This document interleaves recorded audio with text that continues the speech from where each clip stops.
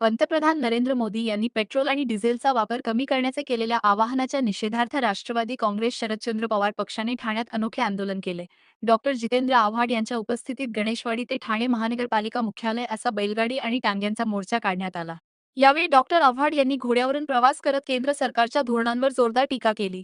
जिल्हाध्यक्ष मनोज प्रधान, महिला अध्यक्ष मनीषा भगत, अभिजित पवार, राजेश कदम यांच्यासह अनेक पदाधिकाऱ्यांनी बैलगाडीतून पालिका मुख्यालय गाठले. आंदोलनादरम्यान महंगा हुआ तेल, मोदी फिरतात परदेशी, जनता राहणार उपाशी, देशाची अर्थव्यवस्था झाली सपाट अशा घोषणांनी परिसर दणाणून गेला. यावेळी आंदोलकांनी महापौर शर्मिला पिंपळोलकर यांना निवेदन देत खासगी वाहनांचा वापर कमी करून टीएमटीच्या इलेक्ट्रिक बससेवेचा वापर करण्याची मागणी केली. डॉक्टर आव्हाड यांनी पेट्रोल डिझेल दरवाढ, वाढती महागाई आणि देशातील आर्थिक परिस्थितीवरून केंद्र सरकारवर टीका केली. जर पेट्रोल वाचवायचे असेल तर मंत्री आणि सत्ताधाऱ्यांनीही बैलगाडी व घोड्यावरून प्रवास करावा, असा टोला त्यांनी लगावला.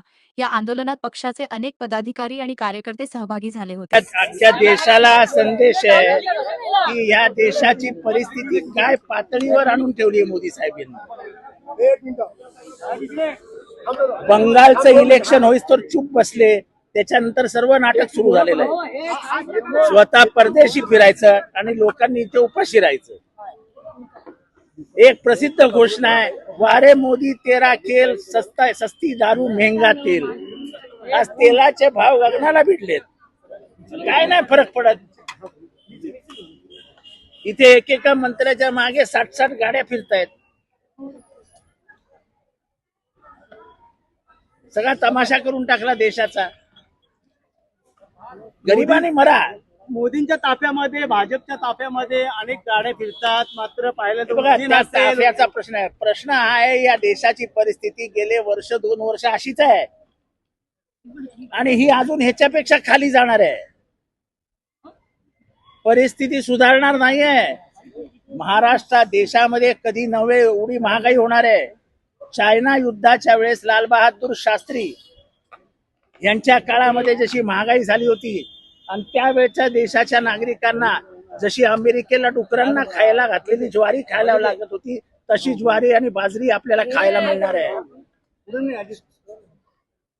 ते दिवस परत येणार आहेत.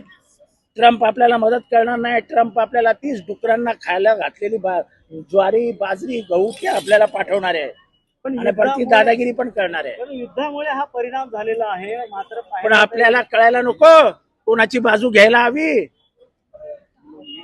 इराण आपला मित्र होता ना.